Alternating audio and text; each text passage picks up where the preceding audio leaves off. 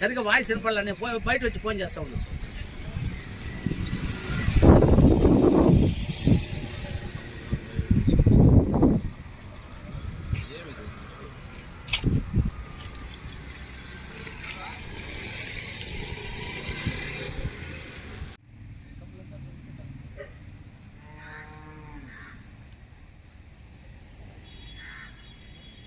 నిలిపివేసిన ట్యాంకును కైలాసపురంలో తాగునీటి ట్యాంకును కైలాసపురంలో నిలిపివేసిన ట్యాంకును కైలాసపురంలో తాగునీటి ట్యాంకును.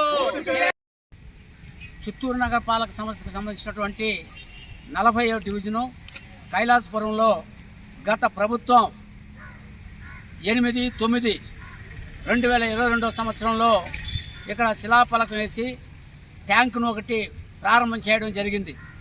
ఎందుకంటే ఈ 50 డివిజన్లో ఓవర్ ట్యాంక్ కట్టి పెద్ద ఎత్తున ఓవర్ ట్యాంక్ కట్టి ఈ చిత్తూరు నగరంలో ఉండే ప్రజలకు తాగునీటి సౌకర్యం అందించడానికి ఈ యొక్క తాగునీటి పథకం ద్వారా ప్రభుత్వం నుండి వచ్చిన నిధులతో ఇక్కడ పనులు ప్రారంభించారు.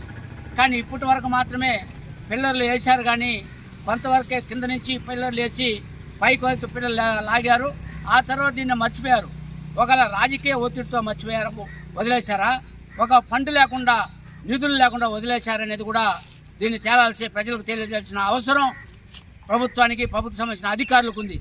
ఇప్పటికైనా కొత్తగా వచ్చినటువంటి తెలుగుదేశం ప్రభుత్వం, రాష్ట్ర ముఖ్యమంత్రి చంద్రబాబు నాయుడు గారు, అదేవిధంగా ఇడున్నటువంటి చిత్తూరు నియోజకవర్గ గౌరవ అభ్యర్థి గురజాల జగన్మోహన్ గారు కూడా ఒకసారి కైలాసపురానికి వచ్చి ఈ ట్యాంకును పరిశీలించి తమరు జోక్యం చేసుకొని ఈ యొక్క 50 డివిజన్లకు ఉపయోగపడే ఈ ట్యాంక్ని పునర్నిర్మాణం చేయాల్సిందిగా భారత కమ్యూనిస్ట్ పార్టీ సిపిఐగా మేము విజ్ఞప్తి చేస్తున్నాం. ఎందుకంటే రాజకీయాలకు అతీతంగా త్రాగునీళ్ళు ప్రతి ఒక్కరికి కావాలా. అలాంటి పెద్ద ట్యాంకును ఇక్కడ నిర్మించి దీన్ని కోట్లాది రూపాయలు ఖర్చు పెట్టి ఇలా నిరుపయోగం వదిలేయడం చాలా బాధాకరం. గత ప్రభుత్వం ఈ విధంగానే అన్ని పనులను కూడా కోట్లాది రూపాయలను ఖర్చు పెట్టి మొత్తం కూడా దుర్వినియోగం చేసి అంతా వదిలేయడం ఆనవాయితీ. అందులో భాగంగా ఇది కూడా చేర్పింది. కాబట్టి ఇప్పటికైనా ఎమ్మెల్యే గారు చొరవ తీసుకొని ఒకసారి కైలాసపురానికి విజిట్ చేసి మొన్న కూడా హాస్పిటల్లో పర్యటించారు. ఈ విధంగా చిత్తూరు టౌన్లో కొన్ని ప్రాంతాల్లో కూడా పారిశుద్ధ్యాన్ని పరిశీలిస్తున్నారు. చాలా భారత కమ్యూనిస్ట్ పార్టీగా మేము మిమ్మల్ని ఆహ్వానిస్తున్నాం, స్వాగతిస్తున్నాం.